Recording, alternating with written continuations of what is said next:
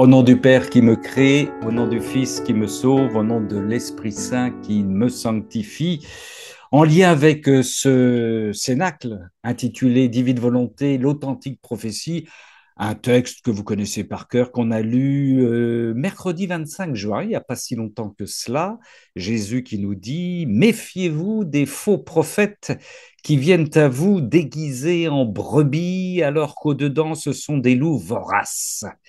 C'est à leurs fruits que vous les reconnaîtrez. Va-t-on cueillir du raisin sur des épines ou des figues sur des chardons?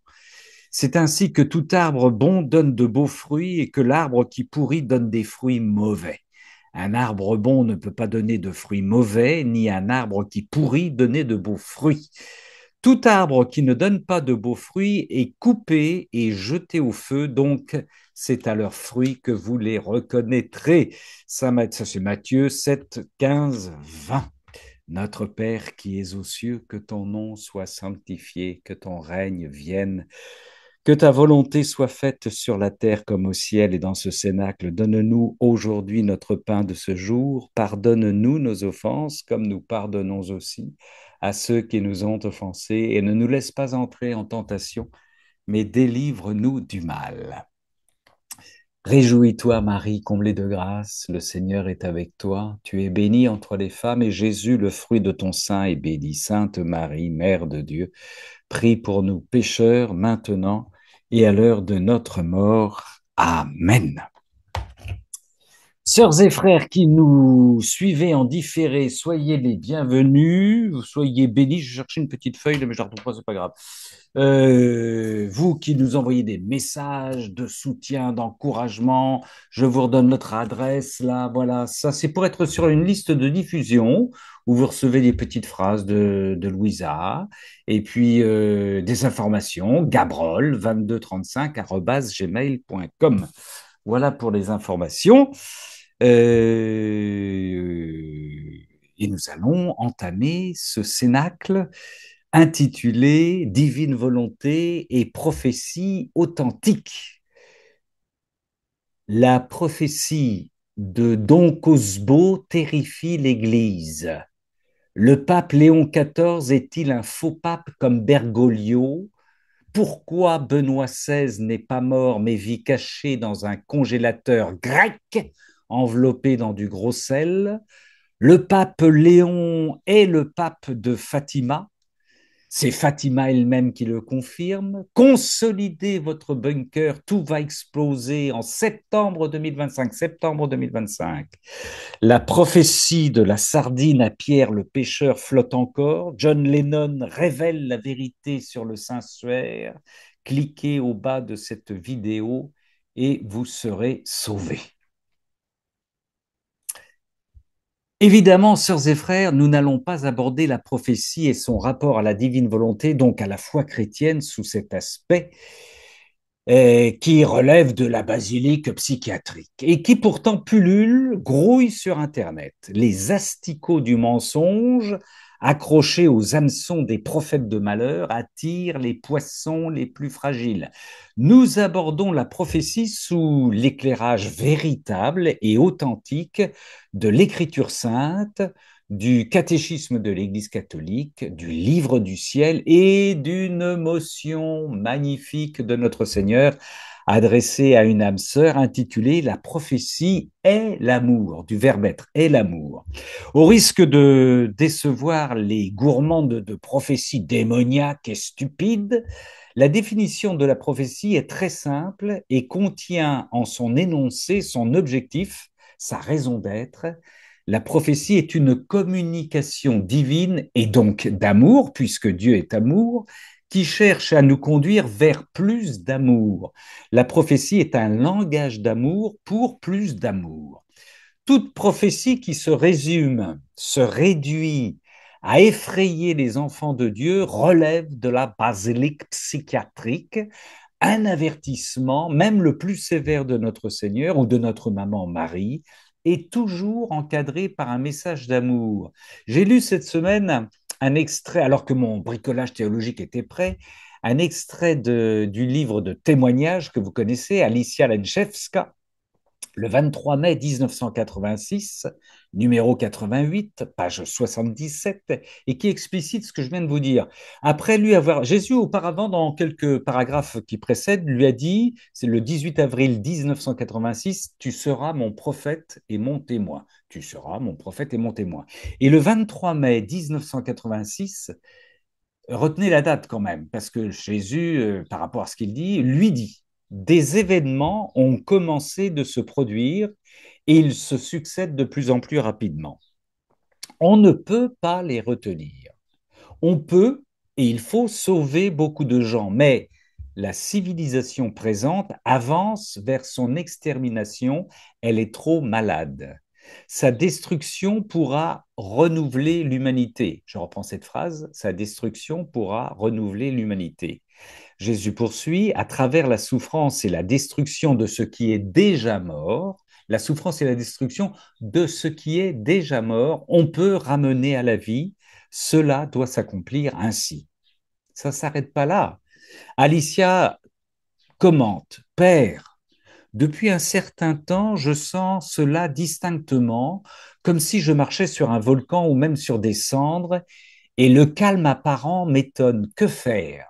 Que faire quand on a affaire à ce genre de prophétie? Jésus répond, priez pour toi-même et pour le monde. Demeurez en moi, rien d'autre. Le calme, la prière, la bienveillance et l'aide apportée aux gens. Tu ne devrais pas t'attrister, mon royaume approche. Aucune douleur n'est capable d'amoindrir la joie et le bonheur de mes enfants. Qu'est-ce qui peut te menacer quand moi je suis avec toi? Tu as seulement besoin de foi. Affermis-la dans ton cœur et dans les cœurs de ceux que je mettrai sur ton chemin, de ceux que je mettrai sur ton chemin. Aie confiance. Moi, j'ai vaincu le monde. Et il termine avec cette phrase de Jean 16, 33. Moi, j'ai vaincu le monde. Ça, c'était un petit extrait de, vous voyez, de témoignage. Avant que de poursuivre, d'ailleurs, parce il faut remettre en valeur le travail et les travaux de sœurs et de frères qui travaillent avec nous, je vous renvoie vers les trois enseignements importants de notre sœur Anne Lénotte sur le site Les Artisans du Ciel et intitulé Prêtres, prophètes et rois. Trois vidéos qui nous rappellent que nous sommes effectivement prêtres, prophètes et rois. Si la prophétie est une communication d'amour qui puise sa source dans l'amour, le messager qui transmet cette communication est théoriquement un messager de l'amour. Alors voici quelques numéros du catéchisme de l'Église catholique, 904, 905, 906, 907. 904. Le Christ accomplit sa fonction prophétique non seulement par la hiérarchie, mais aussi par les laïcs, dont il fait pour cela des témoins en les pourvoyant du sens de la foi et de la grâce de la parole. Ça poursuit dans le 904. Enseigner quelqu'un pour l'amener à la foi est la tâche de chaque prédicateur et même de chaque croyant. Et même de chaque croyant, ça c'est une formule de saint Thomas. Numéro 905. Leur mission prophétique, les laïcs, l'accomplissent aussi par l'évangélisation, c'est-à-dire l'annonce du Christ faite par le témoignage de la vie et par la parole. Chez les laïcs, poursuit ce numéro 905, cette action évangélisatrice prend un caractère spécifique et une particulière efficacité du fait qu'elle s'accomplit dans les conditions communes du siècle. Ça poursuit en disant, cet apostolat ne consiste pas dans le seul témoignage de la vie, le véritable apôtre cherche les occasions d'annoncer le Christ par la parole, soit aux incroyants, soit aux fidèles. C'est le numéro 905. Très clair. Numéro 906, ceux d'entre les fidèles laïcs qui en sont capables et qui s'y forment peuvent aussi prêter leur concours à la formation catéchétique, à l'enseignement des sciences sacrées, aux moyens de communication sociale. Numéro 907, enfin, selon le devoir, la compétence et le prestige dont ils jouissent, ils ont le droit, il parle des laïcs, et même parfois le devoir écoutez bien, ils ont le droit et même parfois le devoir de donner aux pasteurs sacrés leur opinion sur ce qui touche le bien de l'Église et de le faire connaître aux autres fidèles, restant sauve l'intégrité de la foi et des mœurs et la révérence due au pasteur en tenant compte de l'utilité commune et de la dignité des personnes. Monsieur le curé, j'ai quelque chose à vous soumettre. Je connais quelque chose qui est extraordinaire, c'est le don de la divine volonté. Puis-je vous lire quelques lignes? Voilà. Ils ont le droit et même parfois le devoir de se donner aux pasteurs sacrés leur opinion. Ça, c'était le numéro 907. C'est très simple, en fait, toute personne qui parle les paroles du Christ est un prophète. Toute personne qui témoigne de notre Seigneur en parlant, en enseignant, en annonçant, en formant, en catéchisant, en informant, en recadrant, etc., fait acte de prophétie. C'est ce que je dis souvent à mes frères détenus, lorsque vous retournez dans vos cellules et témoignez de votre foi, vous êtes prophète. Le prophète n'est pas celui qui se contente d'annoncer l'avenir, c'est celui qui, étymologiquement, source nouveau vocabulaire biblique, chez Bayard, parle à la place de Dieu, parle à la place de Dieu. Le prophète explique la volonté de Dieu, il interprète la pensée de Dieu, ce cénacle est un acte prophétique, une prophétie en acte. Au passage, les homélies qui nous renvoient uniquement à une définition passée de la prophétie n'ont qu'un pied dans la réalité divine. Aujourd'hui, nous faisons acte de prophétie en parlant dans la bouche de Dieu. Citation du nouveau vocabulaire biblique à propos des prophètes. Le rôle des prophètes consiste à laisser parler en eux le souffle du Christ pour permettre à la vie chrétienne d'affronter de nouvelles conditions, autre culture, autre territoire, autre institution. À travers eux, poursuit le texte, l'événement Jésus se transforme en parole de Jésus-Christ. Ils ne se contentent pas de transmettre les dits et les gestes du Nazaréen, ils en actualisent la pertinence sous la motion du souffle du Christ dans une histoire en mouvement. C'est en ce sens qu'ils sont de véritables bâtisseurs d'assemblées. C'est en ce sens qu'ils sont de véritables bâtisseurs d'assemblées. Ça, c'est dans le nouveau vocabulaire biblique. Nos cénacles sont de petites assemblées qui deviennent de grandes assemblées lorsque 1 000 ou 10 000 personnes regardent et se nourrissent de ces cénacles en différé sur Amen Fiat, pour ne citer qu'Amen Fiat. Citation de Paul aux Corinthiens, 1 Corinthiens 14. Traquez l'amour. Soyez jaloux d'expériences spirituelles. Soyez jaloux d'expériences spirituelles. Surtout pour prophétiser. Et qui prophétise à l'humanité parle de bâtir, d'encourager et de réconforter. Qui prophétise est le bâtisseur de l'assemblée. Les prophètes, interroge Paul, qu'ils soient 2 ou 3 à parler et que les autres discernent, toujours en Église. Oui, vous pouvez tous prophétiser un par un pour instruire tout le monde et encourager tout le monde. Les prophètes sont les maîtres des dons inspirés aux prophètes. Les prophètes sont les maîtres des dons inspirés aux prophètes. Ça, c'est dans 1 Corinthiens 14. Un prophète, animé par le souffle de l'esprit, parle, instruit, encourage, bâtit. Un catéchiste, une catéchiste, majorité de femmes là encore, est un prophète puissant. Citation de Saint Jean-Paul II dans Christi Fideles. Christi Fideles numéro 14. La participation à l'office, c'est le pape qui parle, hein, notre Saint Jean-Paul II. La participation à l'office prophétique du Christ qui proclame par le témoignage de sa vie et la vertu de sa parole le royaume du Père habilite et engage les fidèles laïcs à recevoir l'évangile dans la foi et à l'annoncer par la parole et par les actes sans hésiter à dénoncer courageusement le mal.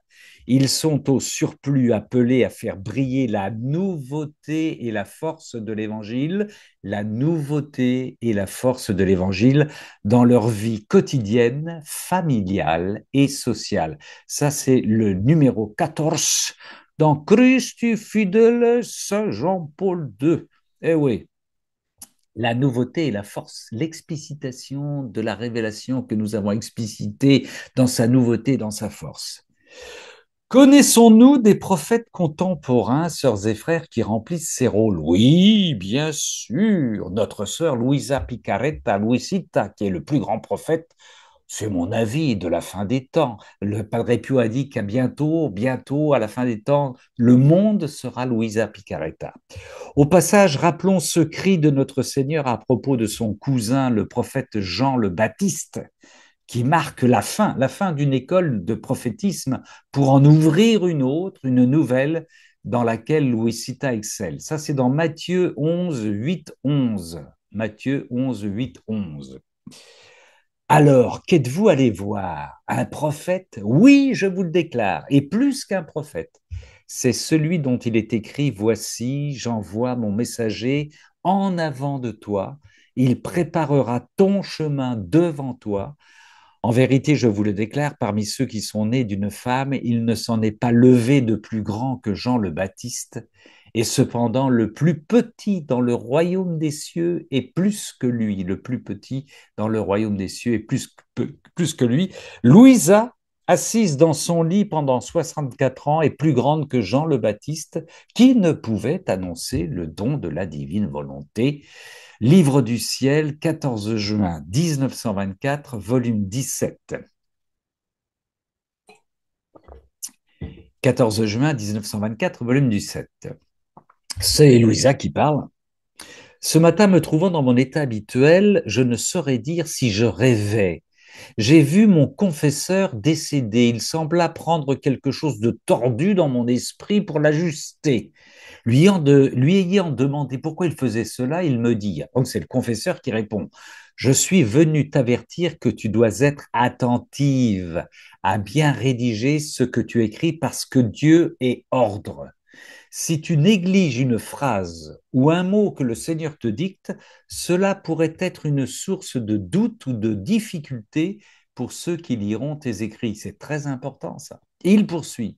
Et Louisa répond. En entendant cela, je lui dis, peut-être as-tu connaissance que j'ai été négligente. Il reprit, non, non, mais sois toujours attentive. Assure-toi de toujours écrire clairement et simplement ce que Jésus te dicte. Ne néglige rien, car si tu omets une petite phrase ou un simple mot, ou que tu dis les choses différemment, il pourrait y avoir un manque d'ordre. En fait, les mots appropriés servent à éclairer le lecteur, à faire que les choses seront comprises par lui avec plus de clarté. Tu pourrais être porté à faire de légères omissions, bien que souvent les petites choses éclairent les grandes et les grandes éclairent les petites. Le confesseur poursuit, sois donc attentive à ce que tout soit bien ordonné. Après cela, il disparut et je suis resté un peu perplexe. La pauvre Louisita. Livre du ciel, 14 juin 1924, volume 17, Louisa. Ben oui, parce qu'il fallait que Louisa facilite le travail des traducteurs qui sont en train de traduire la version officielle au Vatican, n'est-ce pas? Un prophète prête sa bouche à Dieu, parle au nom de Dieu en faisant une totale confiance à la sagesse divine, abandon parfait qui laisse Dieu s'exprimer. Volume 2, 25 juin 1899. Jésus se tourne vers le confesseur de Louisa et lui dit, alors là c'est le dialogue Jésus, confesseur de Louisa, je veux que la foi t'inonde comme les eaux de la mer inondent les bateaux. Puisque je suis la foi, tu seras inondé par moi qui possède tout, qui peut tout et qui donne librement à quiconque a confiance en moi, sans même que tu penses à ce qui arrivera, ni quand cela arrivera, ni de quelle façon tu agiras. Je serai là pour te venir en aide selon tes besoins. Il ajouta, Si tu t'exerces à t'immerger dans la foi, alors pour te récompenser, j'infuserai en ton cœur trois joies spirituelles. D'abord, tu percevras clairement les choses de Dieu. Et en faisant des choses saintes, tu seras rempli d'une telle allégresse et d'une telle joie que tu en seras complètement imprégné. Deuxièmement, tu ressentiras de l'indifférence à l'égard des choses du monde et de la joie pour les choses célestes. Et de la joie, et tu ressortiras de la joie pour les choses célestes. Troisièmement, tu seras parfaitement détaché de tout et les choses qui exerçaient autrefois un attrait sur toi deviendront des embêtements. Ça doit nous parler, cela, sœurs et frères. Cela, je l'ai déjà infusé en toi pendant un certain temps. Jésus qui avait préparé le confesseur.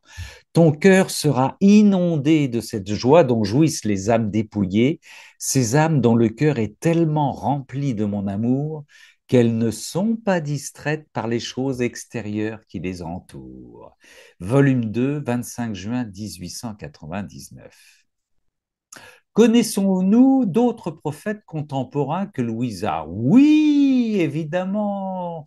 Il faut leur rendre hommage puisque nous sommes tous et toutes prophètes, prêtres et rois. Citons par exemple nos sœurs Rolande, Chantal, Colombine, Anne, Karine, Claire, Gabriel, j'en oublie, nos frères, Marc, Salvador, Philippe, Dominique, Alain-Marie et tant d'autres. Chacun pratique le don, le service de prophétie selon son cœur, ses dispositions et ses charismes. Volume 36, 15 mai 1938. C'est Jésus qui parle. Plus la divine volonté grandit et vient à maturité dans une créature, plus les créatures acquièrent le droit de la recevoir, et plus nous sommes portés à embellir les générations humaines pour leur faire posséder la vie de notre volonté. Parce que notre bonté et notre amour sont si grands qu'en une seule créature, nous les voyons toutes, et que par amour pour une seule, nous faisons du bien à chacune et que par amour pour une seule, nous faisons du bien à chacune. Encore du concentré pour une semaine de retraite. Mais qui reçoit, poursuit Jésus, mais qui reçoit surabondamment ce bien qui est fait à chacune? Celle qui a été la première à recevoir ce bien, qui a eu la bonté de nous écouter et de considérer nos vérités comme si elles étaient plus que sa propre vie, et qui, sans s'occuper de sa propre vie, est prête à la sacrifier à chaque instant par amour pour nous, à nous faire ce que nous voulons de cette vie. Ce bien qui a eu la bonté de nous écouter, de considérer nos vérités comme si elles étaient plus propres que sa propre vie, et qui, sans s'occuper de sa propre vie, est prête à la sacrifier à chaque instant par amour pour nous, pour la Trinité, à nous faire ce que nous voulons de cette vie. Il poursuit, cela a tant de force sur notre être suprême, il en est tellement transporté qu'une seule âme suffit pour que toutes reçoivent ce bien. Mieux encore, les générations humaines sont reliées ensemble, plus que les membres du corps. Par conséquent, il n'est pas étonnant qu'un seul membre sain et bon fasse couler ses saints fluides vitaux corporels dans les autres membres. Ainsi, la force d'une seule créature qui vit dans notre volonté est omnipotente, au point de pouvoir mettre sans dessus dessous le ciel et la terre, de vaincre Dieu et les créatures. Magnifique là aussi. Ça, c'est le volume 36, 15 mai 1938. De l'importance, sœurs et frères, d'assumer cette charge de prophète. Mais la confiance, l'abandon du prophète ne sont pas sans combat, sans doute, sans perplexité, sans démission, sans demi-tour, sans colère. Volume 26, 31 mai 1929. 31 mai 1929, volume 26. Louisa. En écrivant, je me disais combien de sacrifices pour écrire, combien de nuits de veille, combien de temps passé, pauvre Louisita. Jésus seul en est témoin, lui qui par compassion pour moi me soutenait, m'aidait et me donnait les mots. Souvent c'est lui-même qui me les dictait. Quelle sera l'utilité de tant d'efforts de la part de Jésus pour me faire écrire et de tant de luttes intérieures chez moi pour me mettre sur le papier ce que Jésus me faisait ressentir intérieurement? Quelle est l'utilité de tant de sacrifices endurés? Qui se donnera la peine de les lire, de les faire connaître, pour qu'ils puissent apporter les bienfaits de tant de vérités sur la divine volonté parmi les créatures? Personne, je crois. C'est Louisa qui dit ça. Personne, je crois. Tous les sacrifices resteront sur les papiers. Après tout, si j'ai écrit, c'est uniquement par peur de déplaire à Jésus, pour ne pas lui être désagréable, et seulement, et toujours, pour obéir. Volume 26, 31 mai 1929, notre Louisa. Elle dit, elle poursuit, c'est avec ces pensées que je continuais à écrire, puis ayant terminé, je commençais à prier. Mon doux Jésus sortit de moi et me serrant dans ses bras, il me dit, ma fille, l'amour véritable a besoin de se répandre. Je ne pouvais plus contenir en moi cette intense effusion pour faire connaître ma volonté, ses connaissances, son immense valeur et comment elle veut former son royaume sur la terre. Mon cœur est dans l'ardeur des flammes, car il veut faire cette surprise aux générations humaines, le royaume de ma divine volonté sur la terre, une surprise à laquelle elle ne s'attendait pas. Et mon amour contenu gémissait, délirait, dévoré par des flammes inextinguibles, car il voulait faire savoir qu'il voulait leur donner ce grand bien, un bien qui surpasse tous les autres biens, un bien qui surpasse tous les autres biens, un bien qui surpasse tous les autres biens. C'est le royaume de mon divin fiat. C'est ce grand bien que j'ai donné au commencement de la création, car jamais de notre divinité ne sortent des biens et des œuvres incomplets, mais il a été rejeté par l'homme. Nous avons eu la douleur de sentir la vie, la substance, les biens et la partie la plus essentielle de la création repoussée. L'homme a rendu pour lui-même toutes nos œuvres incomplètes. L'idée ne lui est jamais venue d'acquérir de nouveau ce qu'il avait rejeté de nous. Mais si lui n'y pensait pas, nous y pensions. Cela formait notre martyre d'amour qui dure depuis environ 6000 ans, un martyre secret qui attisait nos flammes. Elle nous dévorait à tel point qu'incapable de les contenir plus longtemps, j'ai voulu venir vers toi pour rompre le secret. Je ressentais le besoin de faire pour toi un épanchement d'amour et de te dire, je veux donner ce que l'homme a rejeté. Je veux que ma volonté règne sur la terre. Et pour qu'elle puisse venir régner, je devais te la faire connaître, d'où la nécessité de te manifester sur elle tant de connaissances. Ainsi, même si tes sacrifices d'écriture n'apportent ni bien ni utilité, ce qui ne sera pas le cas, ils étaient nécessaires à mon amour et ils ont servi à former mon épanchement et à me libérer des flammes qui me dévoraient.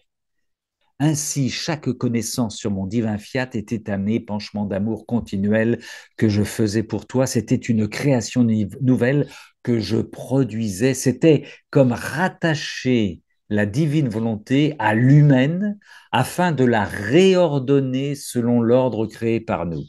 C'était la vie qui sortait de moi, substance et partie essentielle, pour pouvoir former le royaume de la divine volonté sur la terre. Tout ce que tu as écrit concernant ces connaissances aura vie parmi les créatures. Tout ce que tu as écrit concernant ces connaissances aura vie parmi les créatures. Par conséquent, laisse-moi m'épancher pour le moment.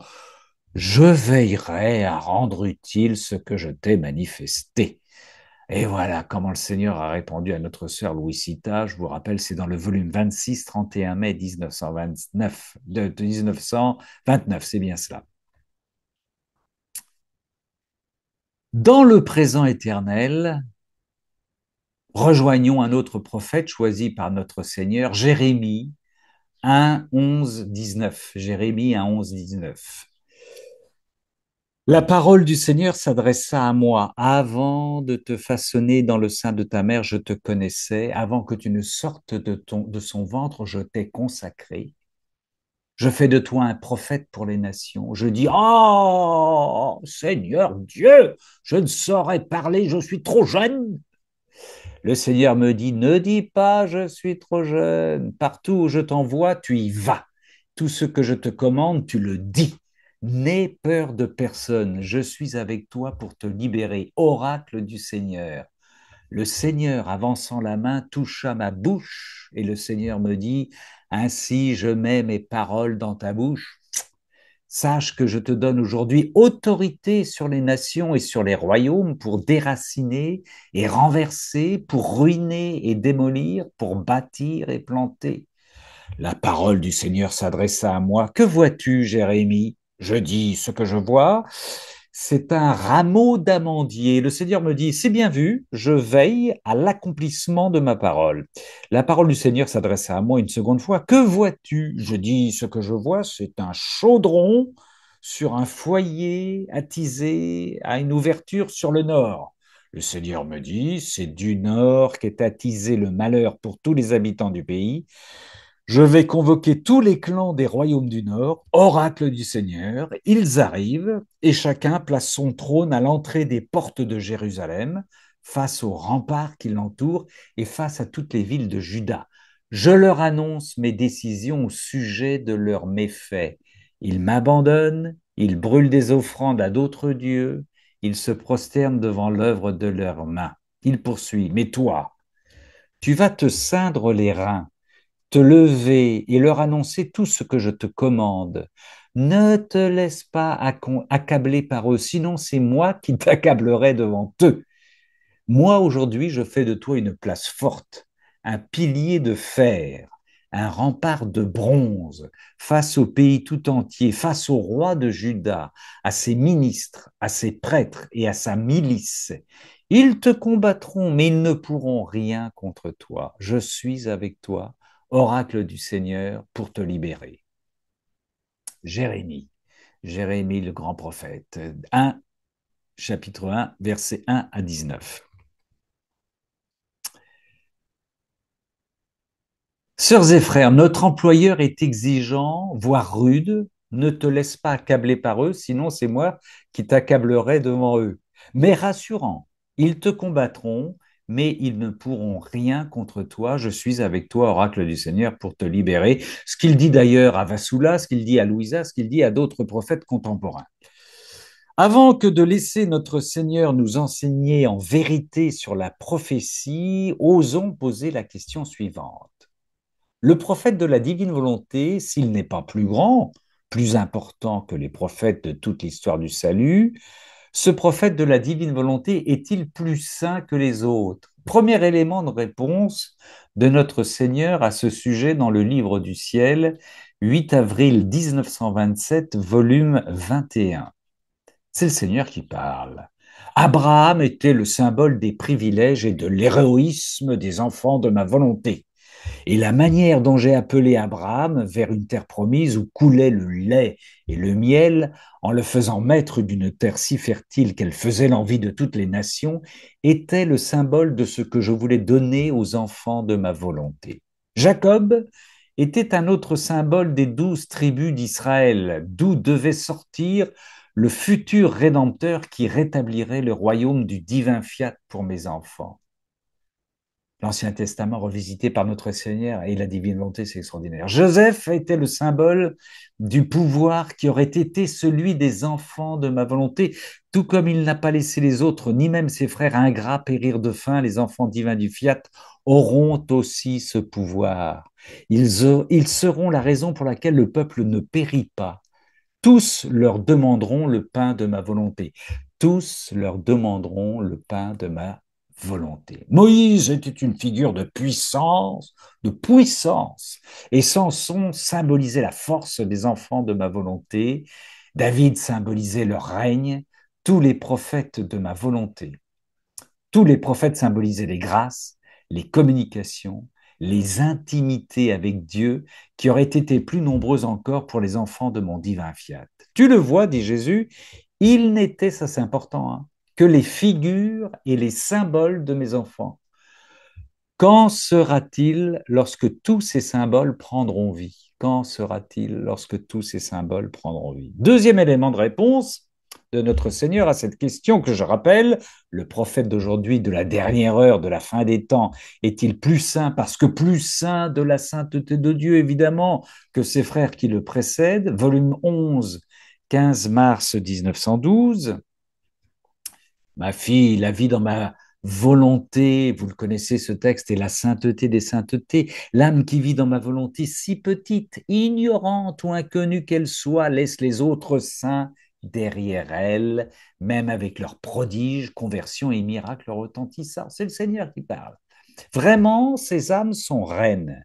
C'est comme si toutes les autres étaient à leur service. Il semble qu'elles ne font rien, mais en réalité, elles font tout car étant dans ma volonté, elles agissent divinement d'une manière cachée et surprenante. Elles sont une lumière qui illumine, un vent qui purifie, un feu qui brûle, un miracle qui fait faire des miracles. Ceux qui font des miracles sont des canaux, mais la puissance réside dans ces âmes qui vivent dans la divine volonté. Elles sont les pieds des missionnaires, la langue des prédicateurs, la force des faibles, la patience des malades, l'autorité des supérieurs, l'obéissance des sujets, la tolérance des calomniés, l'assurance dans les dangers, l'héroïsme des héros, le courage des martyrs, la sainteté des saints, et ainsi de suite. Étant dans ma volonté, elle concourt à tout le bien qui peut exister dans le ciel et sur la terre. C'est pourquoi, poursuit le Seigneur, je peux dire qu'elles sont mes vraies hosties, des hosties vivantes, pas mortes. Les accidents qui forment les hosties sacramentelles ne sont pas remplis de vie et n'influencent pas ma vie, tandis que l'âme est pleine de vie faisant ma volonté, elle influence et concourt à tout ce que je fais. C'est pourquoi ces hosties consacrées par ma volonté me sont plus chères que les hosties sacramentelles. Et si j'ai une raison d'exister dans l'hostie sacramentelle, c'est de former ces hosties de ma volonté. Il poursuit, ma fille, j'éprouve tant de délices dans ma volonté que simplement à entendre quelqu'un parler d'elle, je surabonde de joie et j'appelle tout le ciel à la fête. Ma fille, j'éprouve tant de délices dans ma volonté que simplement à entendre quelqu'un parler d'elle, je surabonde de joie et j'appelle tout le ciel à la fête. Imagine ce qu'il adviendra des âmes qui vivent dans ma volonté. En elles, je trouve tout mon bonheur et je les comble de bonheur. Leur vie est celle des bienheureux. Elles ne recherchent que deux choses, ma volonté et mon amour. Elles ont peu de choses à faire et cependant, elles font tout. Elles font tout.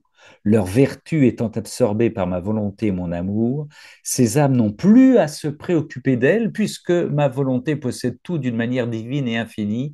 Ainsi est la vie des bienheureux. Texte magnifique de volume 11 que vous connaissez bien, 15 mars 1912, mais que je voulais relire pour le bonheur du bonheur. La réponse du Seigneur est très claire, c'est vertigineux, c'est complètement vertigineux. Vertigineux aussi par ce rappel à qui, dans l'Évangile, à qui il a été beaucoup donné, on demandera beaucoup. Concluons donc ce bricolage théologique avec un cadeau de notre Seigneur,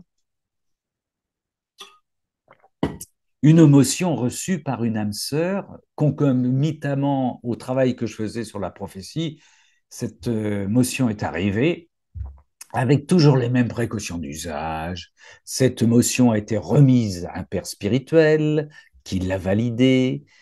Le contenu est en lien étroit, vous allez le voir, avec la divine volonté, et cette motion est adressée à tous, pas simplement à une seule personne. D'ailleurs, je tiens à vous le dire, mais je vous en dirai un petit peu plus, que cette personne qui reçoit des motions, notamment sur des enseignements de la Vierge Marie, va les éditer. Ça y est, ça avance, ça progresse, on vous en dira un petit peu plus quand j'aurai l'autorisation d'en dire un peu plus. Alors, voici cette motion qui s'intitule La prophétie et l'amour. C'est un enseignement de notre Seigneur sur la définition, la fonction d'une prophétie, c'est très clair.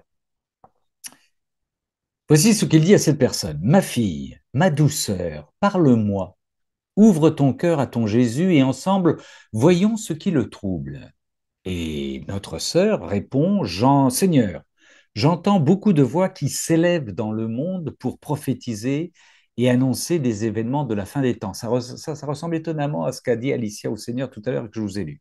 J'ai bien conscience que notre pauvre humanité a grand besoin d'être réveillée, mais lorsque je commence à les lire ou à les écouter, un trouble me saisit. Jésus, aide-moi. Comment comprendre tout cela? Ma fille, ma douceur, paix. Je veux venir te réconforter dans la vérité, sois attentive. Et il lui dit, lisons ensemble la première lettre de Saint Paul aux apôtres, aux Corinthiens, chapitre 13. Lisons surtout les deux premiers versets, ce qu'on va lire là actuellement. Quand je parlerai en langue, celle des hommes et celle des anges, s'il me manque l'amour, je suis un métal qui résonne, une cymbale retentissante. Quand j'aurai le don de prophétie, la science de tous les mystères et de toute la connaissance, quand j'aurai la foi la plus totale, celle qui transporte les montagnes, s'il me manque l'amour, je ne suis rien. Oui, dit le Seigneur, il précise à cette personne, lisons et méditons cœur contre cœur, puis revenons sur le verset 2. Notre sœur s'exécute, elle dit je m'exécute, et une fois la lecture finie, Jésus reprend. Maintenant, je t'interroge. Est-ce la prophétie qui est éternelle ou bien l'amour? Quelle est la vocation de la prophétie? Où se situe le plus grand intérêt? Dans la connaissance qui ne passera jamais ou bien dans celle qui un jour sera dépassée? Et l'ambition de ce qui passe n'est-elle pas de conduire à ce qui ne passera pas? Et l'ambition de ce qui passe n'est-elle pas de conduire à ce qui ne passera pas? Autrement dit, la prophétie désigne l'amour et doit conduire à l'amour. Il poursuit en vérité, et donc elle est plus importante dans le but que dans son expression. En vérité, je te dis, la prophétie est don de l'esprit d'amour, le protecteur qui vient d'auprès du Père pour annoncer aux hommes l'avenir et ouvrir devant eux une fenêtre sur l'éternité. Son désir est de les sortir des ténèbres de leur ignorance, de les conduire sur le chemin de toute vérité, afin qu'ils reçoivent et respirent le souffle divin. L'amour même qui les a créés soutient et encourage leur vie. Il poursuit. La lumière divine, sève des paroles prophétiques, veut éclairer la créature sur l'endurcissement de son cœur et lui révéler les erreurs et les conséquences de sa volonté, cette puissance devenue dangereuse depuis qu'elle s'est séparée de Dieu. Cependant, lorsqu'elle vient de Dieu, la prophétie crée un mouvement qui veut conduire à l'amour en multipliant ses effets qui ne se limitent pas à la connaissance du péché, de la justice et du jugement, mais dispose l'âme afin que soit reformé en elle le règne de l'amour, mais dispose l'âme afin que soit reformé en elle le règne de l'amour. Il poursuit. La prophétie sous toutes ses formes existe afin de relever l'homme effondré dans le mal et le conduire avec son accord à la place et au but pour lequel il a été créé, être le Fils de Dieu. Ma fille, si malgré les prophéties et les prodiges accomplis par l'Esprit Saint, l'homme ici-bas se voit et voit bien des choses de manière confuse, si sa connaissance est partielle, c'est parce qu'il ne connaît plus l'amour. Il a quitté son sein. Ses pensées lui sont devenues étrangères et aux affections du cœur divin qui l'appelle tendrement, il préfère celles impures, médiocres et éphémères de sa nature humaine. À qui il manque l'amour, il manque tout. À qui il manque l'amour, il manque tout. Il poursuit. Ma fille, mon aimé, reprends la lecture des versets 4 à 8. L'amour prend patience, l'amour rend service, l'amour ne jalouse pas, il ne se vante pas, ne se glorifie pas d'orgueil, il n'a rien d'inconvenant, il ne cherche pas son intérêt, il ne s'emporte pas, il n'entretient pas de rancune, il ne se réjouit pas de ce qui est injuste, mais il trouve sa joie dans ce qui est vrai, il supporte tout, il fait confiance en tout, il espère tout, il endure tout. L'amour ne passera jamais. Les prophéties seront dépassées. Le don des langues cessera. La connaissance actuelle sera dépassée. Commentaire de notre Seigneur. Oui, les prophéties ont la vocation de conduire à l'amour ou encore d'annoncer l'avènement du règne de l'amour en soi et en toute la famille humaine afin de soutenir la foi, l'espérance et la charité. Mais, précise le Seigneur, si on ne suit pas cet élan, si l'ego arrête cette action pour s'approprier les puissances que contiennent les prophéties, ça c'est pour tous les charlatans qui pullulent. Si, je reprends cette phrase, mais si on ne suit pas cet élan, si l'ego arrête cette action pour s'approprier les puissances que contiennent les prophéties et en jouir pour lui-même, s'il n'y a pas de confiance en l'amour chez celui qui les reçoit ni d'impulsion vers la conversion, alors elles seront comme le sel qui aura perdu ses vertus. Même si on en recouvrait les aliments, ceux-ci seraient tout de même atteints par la corruption. S'il manque l'amour à l'homme, il n'est rien, même s'il se pensait riche. Vois Satan, précise Jésus, lui qui fut si comblé des dons les plus prodigieux par le Père.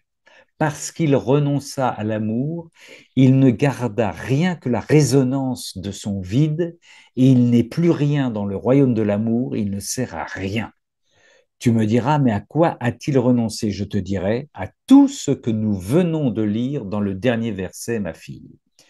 Notre Seigneur ajoute, mais si l'homme écoute avec un cœur confiant et reconnaissant la prophétie, l'esprit de vérité le conduira au cœur de l'amour. Il s'attachera à l'amour parce qu'il l'aura goûté en vérité et il ne cherchera plus que lui.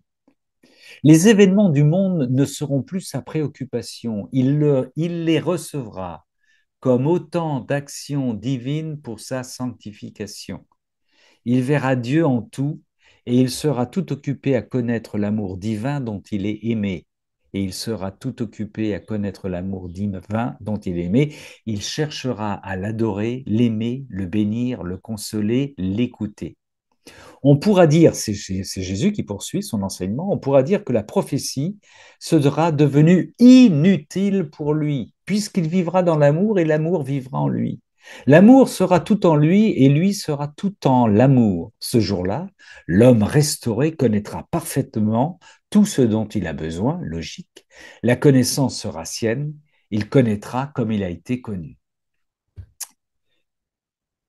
Jésus dit encore, ma fille, je suis là des hommes qui s'obstinent à ne pas vouloir connaître mon amour, quelles que soient les voies et les chemins que j'utilise pour les réveiller.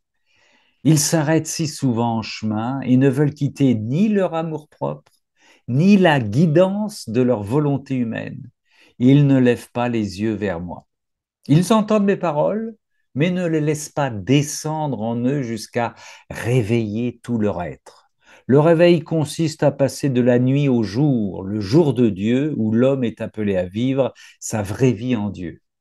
J'aime tellement l'homme que rien ne peut me lasser dans mes activités pour son salut et pour sa restauration. Cependant, une chose fait ma douleur, c'est son obstination à ne pas me laisser lui apprendre à aimer comme j'aime, à ne pas me laisser lui apprendre à aimer comme j'aime. Mes prophètes crient souvent dans le désert, non pas parce qu'ils ne sont pas entendus ou connus, mais parce que l'amour n'est pas aimé et parce que le cœur de l'homme est un désert aride. Divinement, je t'aime et je te bénis, ainsi que tous ceux qui liront et voudront méditer mes paroles.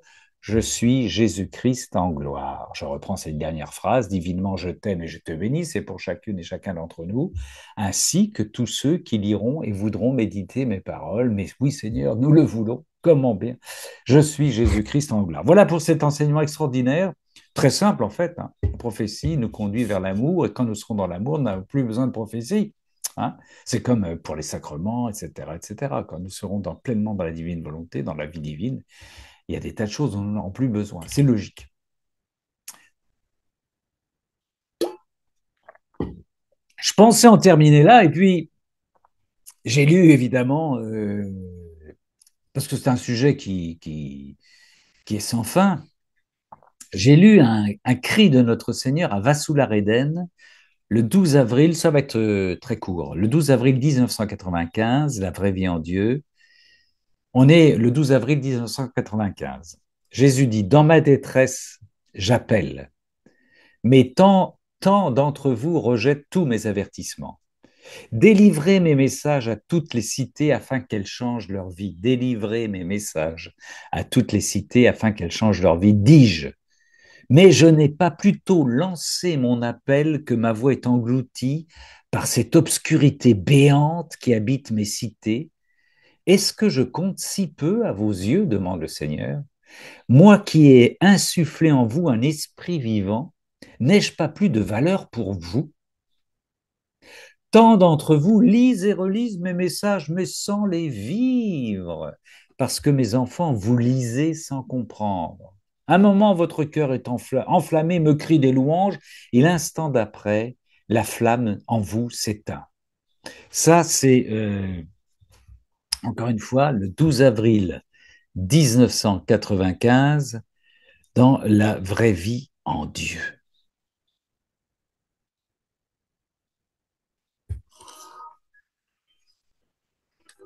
Allume feu qui ne s'éteint jamais, qui ne s'éteint jamais. Dans nos obscurités, allume feu qui ne s'éteint jamais, qui ne s'éteint jamais. Obscurité, allume le feu qui ne s'éteint jamais, qui ne s'éteint jamais. Dans nos obscurités, allume qui ne s'éteint. C'est magnifique ça. Voilà, frères et sœurs, pour ce bricolage qui se termine par ce chant dont le monde a tellement besoin, tellement besoin, tellement besoin. On peut prendre un petit temps d'échange. Merci Thomas, frère Thomas, si vous le souhaitez, si vous le souhaitez, si vous avez le temps. Voilà, hop.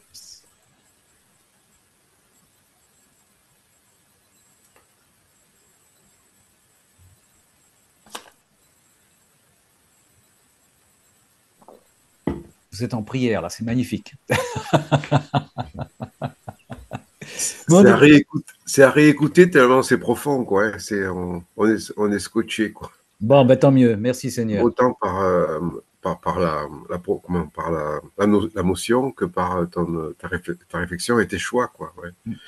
C'est, ça nous amène au ciel, quoi, mais à la fois, ça nous rend triste parce qu'on est toujours sur la terre, quoi. Ah ouais, ouais, ouais. Quand on voit les, moi, ce qui m'est, enfin, bon, dans tout ça, ce que la surabondance de moyens, de personnes que consulte notre Seigneur en ces temps qui sont les derniers pour nous faire passer le message, c'est important, quoi. Hein. L'importance, et puis comme il dit, hein, le peu de gens à écouter et la nécessité pour nous de témoigner, d'évangéliser, c'est vraiment important, quoi. C'est vraiment important. Voilà. Ah, mais d'essayer, en tout cas, d'essayer. Hein. N'oublions pas ça, essayons, et puis quand il y a refus, on secoue la semelle de nos sandales et on va voir ailleurs. Mais il faut essayer. Ouais, beau texte. Beau texte. Magnifique. Et Mais puis, oui, on évangélise malgré nous, quoi. Moi, je oui, vois, oui. après-midi, là, il y a une personne qui me dit que je côtoie un petit peu, là, parce que notre pays, là, notre patrimoine va être peut-être classé à l'UNESCO. Donc, il y a une personne qui est venue, on monte un dossier, voilà. Et donc, il s'avère que moi, je suis embringué dans cette histoire pour ça s'appelle les festivités autour de la Sainte-Anne. Anne, c'est la patronne des gantiers. Donc, on fait une procession le 20 juillet. La directrice, ouais, de l'organisation, hein, qui me dit, il y a longtemps que tu es croyant comme ça. Alors j'ai dit, mais pourquoi? Non, ouais, je me suis dit, pourquoi comme ça? En fait, c'est que le peu qu'on témoigne, ça suffit pour interpeller les gens, quoi. Oui, C'est pas oui. sans se jeter des fleurs, Non, mais non, mais oui, sans oui. tomber dans l'orgueil, sans, Oui, voilà, oui, oui, tout à fait, tout à fait. c'est Faut ça, en vraiment, fait. oui, tu as raison. Il faut se déculpabiliser de ça, ce que tu dis là, Jean-Marie, c'est très important. Les gens n'attendent qu'une chose, mais c'est vrai, hein, les gens aujourd'hui, dans le climat dans lequel on vit, le climat est propice à la violence, à l'agression, au désespoir, et il est propice à ce que des gens leur tendent des perches spirituelles. C'est évident. Et donc, il n'y a pas, y a pas, tu vois, à être étonné. Il faut que on n'ait pas de fausse humilité. Il n'y a pas d'orgueil, évidemment, mais il ne faut pas qu'à chaque fois on se dise, tiens, j'ai été interpellé, ou on m'a dit, tiens, là, je vais vous dire, pour aller dans ton sens, j'ai témoigné il y a 15 jours, 3 semaines, deux fois 1 heure devant un lycée de première. Là, j'ai eu les retours aujourd'hui du responsable. Bon, je ne vais pas vous les dire pour pas flatter mon ego, mais c'est incroyable ce que ça suscite chez les jeunes. Quelqu'un qui a des convictions. Hein, pour ne rien vous cacher, dans la classe, j'ai commencé par le Notre Père. Vous voyez, rien que ça les assied parce que j'aurais dit, il y a des croyants parmi vous sans doute. Hein. Moi, je fais ce que je fais. Je témoignais sur la prison, hein, sur l'aumônerie de prison. Et j'aurais dit, ben, je vais faire ce que je fais avec mes prisonniers. Je vais commencer à... Et donc, je suis tout seul dans la classe, les bras écartés de face à la classe, et je dis mon Notre Père. J'entends une ou deux petites voix qui me suivent. Mais il n'empêche que ces jeunes-là, le retour, ça leur donne même envie de s'engager. Et ils découvrent en plus, et d'autres ont dit, j'ai plus l'expression exacte, mais que dans un monde complètement noir, ils voient des témoins de la joie et de la... hein, des jeunes de première, hein, des jeunes de première. Donc, on est dans un contexte où le Seigneur va nous taper sur les doigts si on ne tend pas des perches. Si on ne tend pas des perches. Il va nous taper sur les doigts. Il va nous dire, vos talents, tu te les as gardés. Là. Il y a plein de gens autour de toi qui n'attendaient qu'une chose. Ouais. Et donc, oui, Mais, voilà, si quelqu'un te dit, voilà, te balance un genre de question, bah, c'est très bon signe. mais les perches, c'est rester dans la divine volonté, en fait, hein, à tout instant, quoi. C'est ça, c'est tout Oui, simplement ça. oui, oui. C'est dès qu'on côtoie quelqu'un, il y a notre ego qui intervient et c'est rester soi-même et rester avec Jésus, quoi. Faire Oui, tout oui, avec oui. Jésus. Et ça, on n'a jamais fini, en fait, de se détacher de notre ego et de donner de plus en plus de place à Jésus, quoi. Voilà, ouais, Ouais. ouais. C'est ça le mystère, quoi. Mm. Et oui, alors dans ce que tu dis, il y a quelque chose. Si on se questionne trop quand on intervient et qu'on Ouais. s'interroge notre ego, je vais vous donner une réflexion de Père Joël Guibert que j'ai rencontré aujourd'hui qui me disait, t'occupe pas de ça. Il dit, il y a de l'ivraie et du bon grain.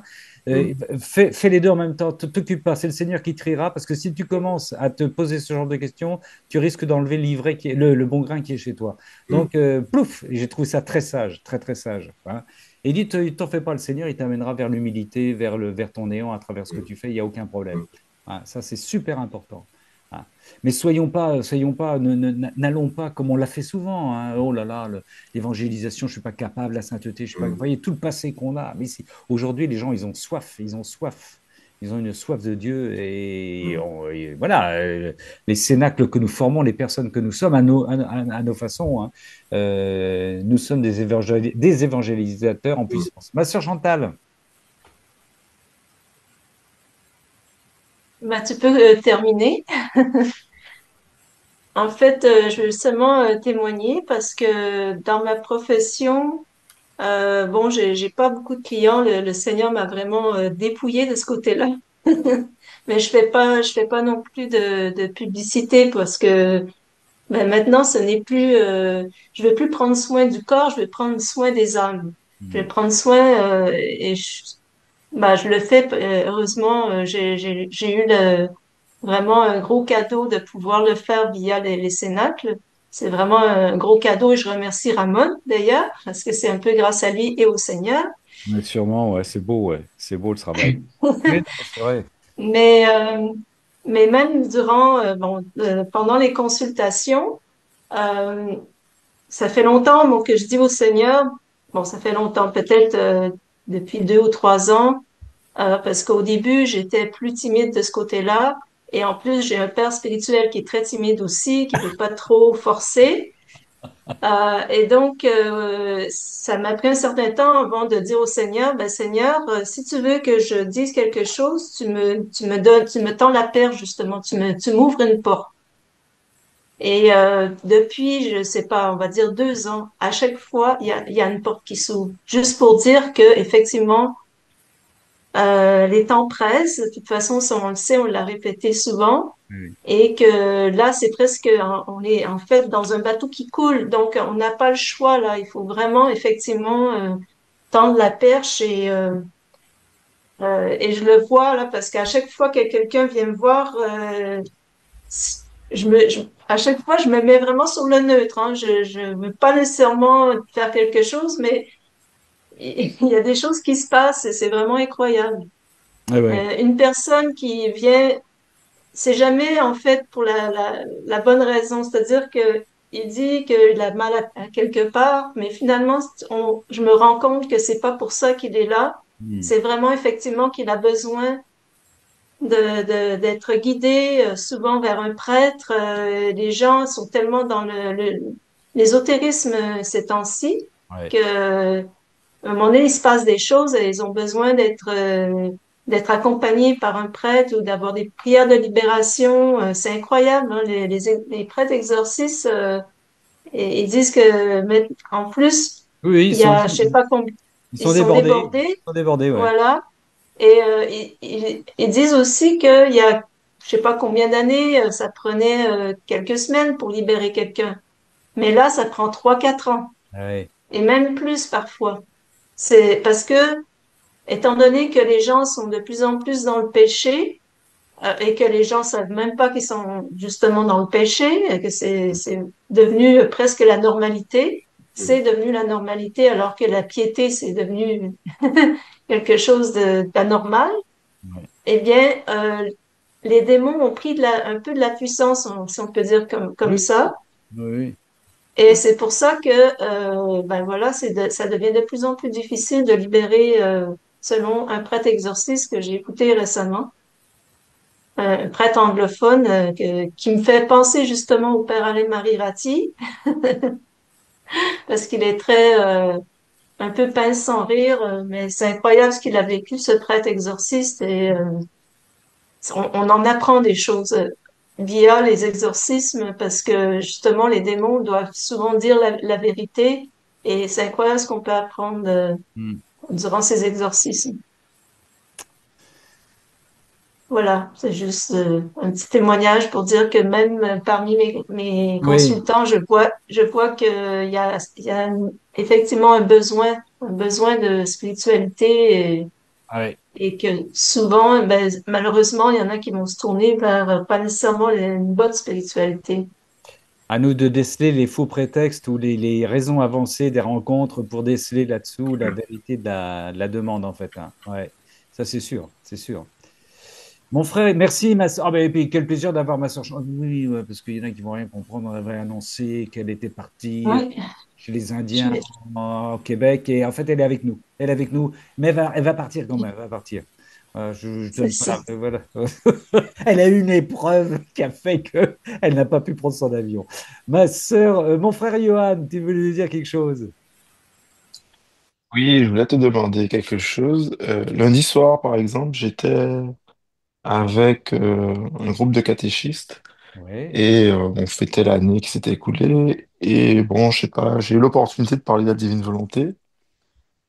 Et alors, tu parlais de prophétie dès qu'on évangélise, dès que on donne la parole. Dès que tu parles au nom du Seigneur, oui.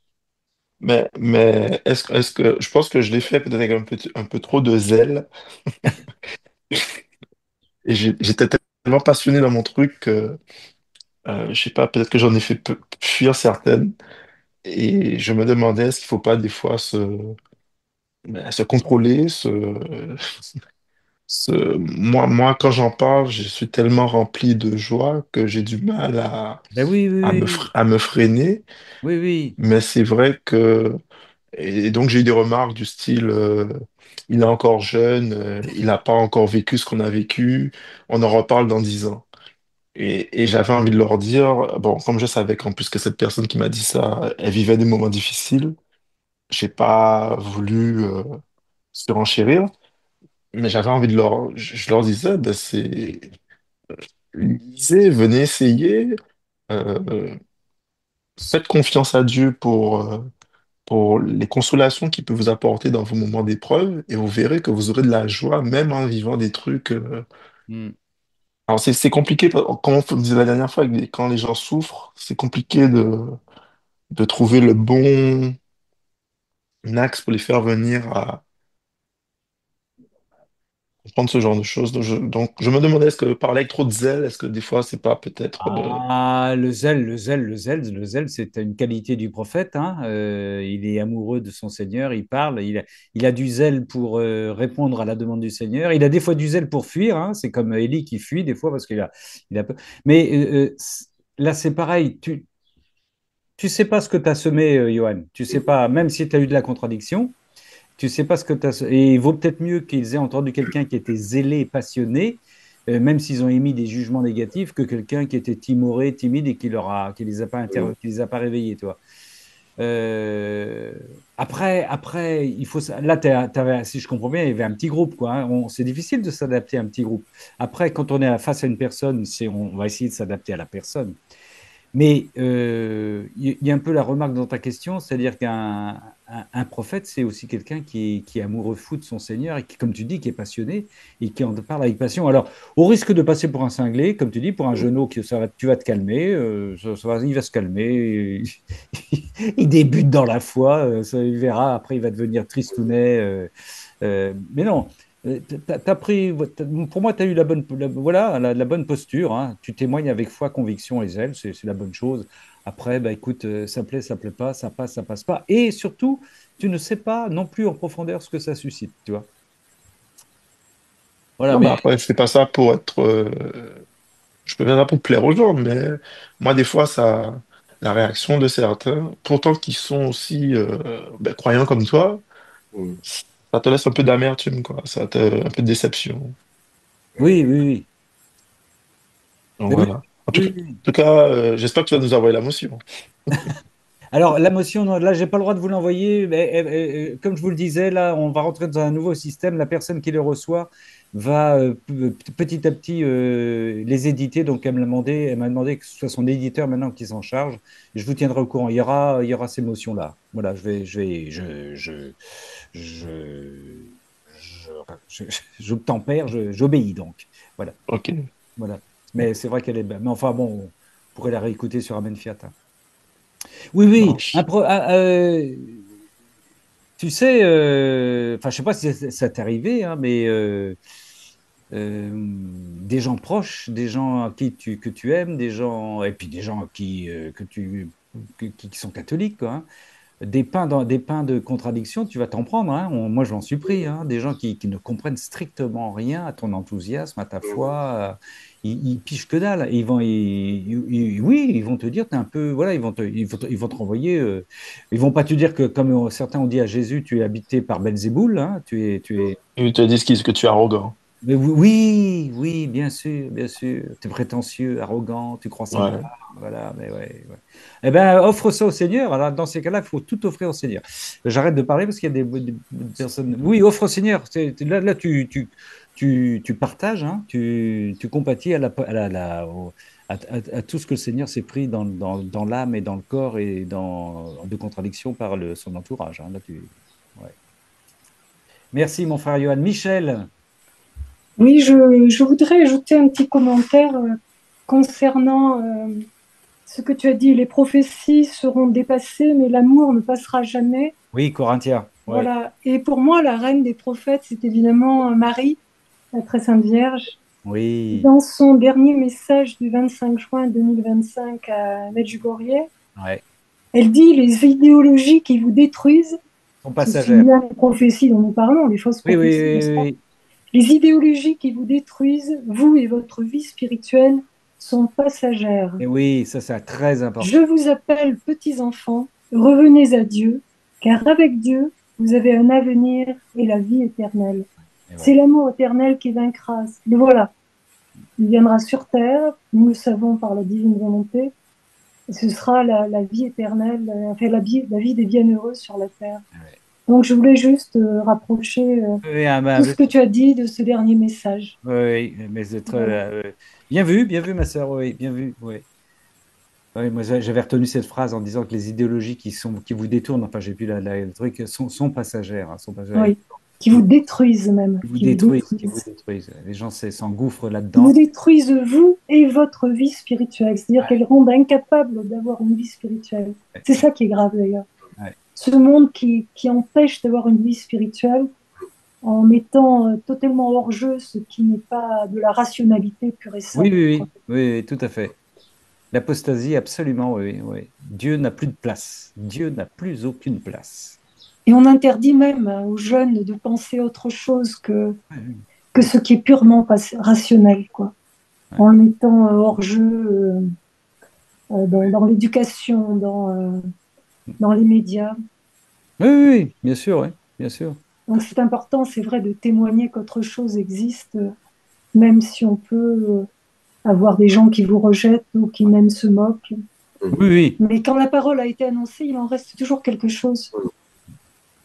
une pas Le oublier. Seigneur continue, hein, c'est la nappe phréatique. Il y a l'eau qui s'est introduite Ouais, la terre desséchée et voilà, elle va poursuivre son chemin et un jour elle va irriguer, quoi. Elle va rejaillir. tout à fait. Ouais. Eh oui. Merci, ma sœur Michel, pour ce rappel du message oui, de la Vierge à Medjugorje, le dernier message, très important, ces idéologies qui sont mensongères, qui détruisent notre spiritualité, qui ne tiennent pas la route et qui sont éphémères. Mais oui, mais oui. Ah, mon Dieu.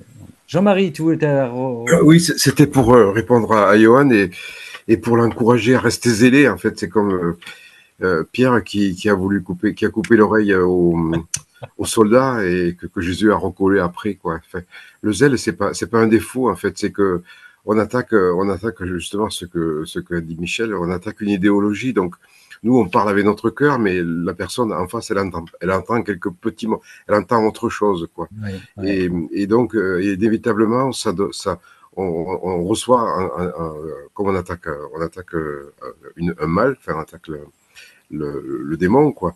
Et inévitablement, il se retourne, il se revive contre nous.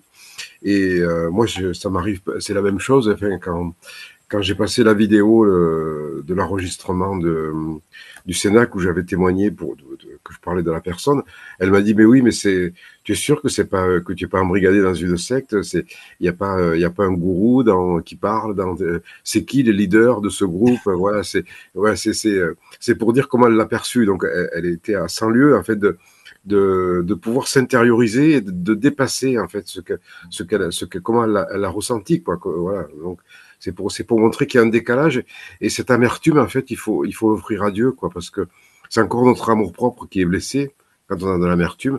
Il faut la donner à Jésus et voilà. Mais il faut surtout pas perdre son zèle parce que c'est une richesse d'être zélé, quoi. Hein, euh, Jésus nous a donné le bouclier de la foi, le zèle de l'évangile et l'épée de la foi et le casque du salut. Ouais, c'est les armes du guerrier. Et oui. Voilà, écoutez, voilà, j'ai retrouvé alors, quand je vous disais que j'étais allé témoigner auprès de lycéens, j'étais pas le seul, on était plusieurs à témoigner, on faisait le tour de classe comme ça, il y avait des religieuses, des gens qui étaient des laïcs, qui étaient engagés, des couples, etc. C'est pour rejoindre un peu pour ce que vient de dire Jean-Marie et puis le propos tenu par Johan. Voilà le compte-rendu qui a été fait. Donc, ça, encore une fois, hein, ça concerne toutes les personnes qui intervenaient, pas que moi. Hein. Voici le responsable qui nous a réunis. Il a demandé à mettre une note à tous ces jeunes. Sur 5, il y a eu une note de 4,37 sur 5. C'est pas mal. Et il dit, l'intervention a été unanimement perçue comme touchante, inspirante et très enrichissante. Les participants ont souligné la qualité de l'échange avec les élèves, marquée par une forte interactivité, des questions pertinentes et une véritable écoute, une véritable écoute. Le témoignage personnel de l'intervenant empreint de joie, d'authenticité, d'empathie a profondément marqué les esprits. Sa fougue communicative, ses anecdotes de vie, les valeurs humaines véhiculées ont contribué à un moment magique et porteur de sens. Le concept présenté notamment autour de l'intégration des personnes en marge a été salué comme original et porteur, suscitant même des envies de projets collaboratifs. Pour certains, et ça c'est important, cette rencontre a permis de découvrir une réalité méconnue et à réconcilier avec la nature humaine dans ce qu'elle a de plus beau. Vous voyez, et à réconcilier avec la nature humaine dans ce qu'elle a de plus beau. Voilà. L'importance du témoignage. Hein. Alors, on était tous des chrétiens engagés à témoigner devant ces jeunes. Quoi. Et pour reprendre un petit peu Johan, vous savez, quand vous témoignez devant des jeunes, même s'il y en a un ou deux qui sont toujours à l'écoute, Il faisait très chaud, il y avait une écoute apathique, qui semblait apathique, vous voyez, qui semblait amorphe. Vous voyez des jeunes là affalés sur leur table, et en fait, il y a un retour très positif, quoi. Comme quoi, il faut jamais, jamais, jamais se fier aux apparences dans le témoignage que nous donnons à droite et à gauche. Voilà, frères et sœurs, en tout cas pour. Et puis, voilà, oui, oui, il faut qu'on se réapproprie les termes de la Bible aussi, nous, hein. Faisons acte de prophétie. Mm. Qu'est-ce que ça veut dire la sainteté? Cécile, ma sœur Cécile. Oui, c'était par rapport à ce que disait aussi Johan. C'est vrai que aussi de parler de la divine volonté sans que les gens aussi aient lu quelques phrases ou aient connaissance aussi des écrits, c'est aussi lié à ces fibres. Vous savez, on va se passer pour ou des charismatiques ou des mystiques ou des gens plus on va dire, plus terre à terre, entre guillemets, quoi. Et moi, je trouve qu'il y a une astuce un petit peu qui peut fonctionner. Je trouve que les 24 heures de la passion peuvent être un livre ou des passages, comment je pourrais dire ça, j'arrive pas, pour introduire un peu au sujet. Parce que quand même, ça parle, c'est Oui, l'écrit du Christ, tu vois, enfin, la passion, les gens connaissent le chemin de croix, quoi, plus ou moins. Je parle quand on parle avec des chrétiens, mais qui sont un petit peu, qui nous regardent avec des yeux tout ronds sur oui, la oui, thématique t'as de raison, la. t'as raison. Et j'ai trouvé, là, on a fêté les 60 ans de sacerdoce d'un de nos prêtres et il y avait une messe. Et bon, je ne crois pas que ce soit son truc non plus, hein, mais j'ai glissé dans la valise de son aube le bouquin emballé dans un papier cadeau. Je dis, oh, je vous ai offert un livre, monsieur l'abbé. Voilà. Je me suis dit, bon, parce que j'arrive pas à lui en parler. Bon, voilà, on connaît aussi quand ça fait longtemps qu'on est dans des diocèses. On est Enfin, bon, et la dernière fois, je me suis fait jeter. Alors, je me dis, j'arrête parce que ça me. Avec les prêtres, j'arrête parce que je trouve que. Après, c'est pas beau ce que je suis Ouais. après. Vous voyez? Donc, Ouais. au lieu d'essayer de les convaincre ou de leur en parler, ben, je balance des bouquins en douce dans les, C'est dans bien, les oui, sacs. oui, tu réessayes pas, oui. Et je peut-être que ce livre-là, je voulais dire Les 24 heures de la passion, je trouve, j'ai l'impression en tout cas que ça suscite un questionnement, peut-être plus facilement que Oui, ma fille, enfin, vous savez, les écrits de Louisa, enfin, oui, les oui. gens dessus, ah oui, mais c'est une mystique, voilà, c'est une sainte, c'est pas, voilà, c'est pas pour nous. Tandis que dans les 24 heures de la Passion, c'est peut-être plus direct, plus Oui, facile. Enfin, oui, je le trouve, pour moi, peut-être un oui, tout petit peu plus accessible, quoi, de prime abord, je veux dire, de prime oui, oui. abord. Tout à fait, oui, tout à fait. Mais je pense que c'est compliqué d'en parler aussi quand les gens qu'on a autour de nous sont pas trop branchés et que livres sacrés aussi, hein, même si ce sont des chrétiens qui vont à la messe et tout ça. Des fois, ça tilte un peu. Moi, j'ai eu ça parce que j'ai des gens dans la famille aussi qui n'utilisent pas trop Internet. Donc, je dis, j'ai ma réunion du mercredi soir et du vendredi soir. Alors, je tourne le truc. Je dis que c'est des cours de théologie. Ça, comme ça, ils ont moins peur. Mais parce que, voilà, moi, j'ai des cas. Enfin, voilà, mon père est diacre, tout ça, je leur ai même pas encore trop. Enfin, ils savent que je lis ça, mais bon, comment je pourrais dire ça? Ça leur plaît. Enfin, ça les dérange pas que je lise des livres mystiques, bien sûr, mais je sais pas comment dire. Je vois que ça mord pas quand même, quoi. C'est pas J'arrive pas. partagé, c'est pas partagé. Ouais, voilà, donc mon père il me dit, mais c'est déjà ce qui est écrit dans Saint-Paul. Oui, Mais enfin voilà, oui, mais je ne oui, dis pas mais que. oui, mais Voilà, oui. donc je vais rebouffer toute la Bible. Moi, je dis, oh, j'aime bien le livre du ciel, ça change un petit peu. Ah ouais, ah ouais. Voilà. Mais c'est Ah. pas évident. Voilà. Même, peut-être des fois, c'est plus simple avec des gens qui croient pas. Parce qu'on est complètement Parfois, oui, parfois, oui. illuminés. Comme on passe pour des illuminés, ben, ils nous écoutent, ils sourient, puis après, finalement, ils posent des questions. Donc, je dis à Johan, accroche-toi. Moi qui suis toujours hystérique quand je parle de la divine volonté parce que j'arrive pas à l'exprimer clairement. Faut continuer, puis on sait pas, il va se passer des trucs, quoi, c'est Oui, sûr. oui, oui, oui, oui. On va Voilà. donner la parole à Thomas. Merci, ma sœur Cécile. Bon combat. Thomas, Bonsoir tout le monde. bonsoir. Bonsoir. Bon, je prends pas la parole souvent, je vous écoute beaucoup. Moi, je suis un peu un nouveau, hein. Ça fait à peu près un an que je pratique, je sais pas si je peux utiliser le mot pratique, Oui, le don de la divine la volonté. divine volonté. Je fais partie d'un petit groupe de trois personnes, on est à trois, hein. Je suis avec deux femmes, donc en parallèle, et on se rencontre une fois par mois. Alors, ce que je voulais juste dire par là, c'est effectivement, moi qui ai débuté, on m'a tout de suite donné le bouquin des 24 heures de la passion, Ouais, donc pour commencer, etc. Et puis j'ai continué avec d'autres bouquins de Luisa Picaretta et afin de la connaître. Et en fin de compte, ce que je me suis aperçu, c'est que dans nos réunions à trois, où effectivement on fait pas mal de lectures, mais on parle surtout de nos expériences à nous, de nos comportements à nous. Et c'est vrai que ça, c'est des choses qui sont importantes, parce que lire, c'est bien, tout ça, c'est très bien, ouais, mais essayer de comprendre, de débattre et de se dire, et moi, ma place, qu'est-ce que je fais? ouais, Qu'est-ce que moi, je fais? Alors, je vais parler un peu personnellement, hein. Donc moi, je me suis aussi rendu compte que à l'approche des prêtres de l'Église, parce que je fais aussi partie d'un groupe de prière au niveau de la communauté des communes, là où c'est de la ruralité, hein. Je vis dans la ruralité. Et donc, ils sont assez froids concernant la divine volonté. Ils osent pas trop se lancer. Quand on en parle, on passe assez rapidement à autre chose. Je sais pas pourquoi, hein. Mais bon, bref, donc j'ai essayé, j'ai tenté, je recommencerai, hein. Mais bon, j'ai quand même constaté cette froideur. Ah, donc dans l'autre côté, dans le groupe des trois, où on peut, le fait qu'on n'est pas trop nombreux, on a beaucoup plus de temps, hein. On se voit une fois par mois et on passe une après-midi entière et chacun raconte ses expériences. Et moi, souvent, je parle de la mienne. Alors la mienne, c'est pas un exemple, hein, mais je dis un peu comment ça fonctionne. Et je me dis, ben la divine volonté, il faut d'abord que je commence par moi. Moi, dans ma famille, vis-à-vis de mes enfants, vis-à-vis de mon entourage, de mes voisins, etc.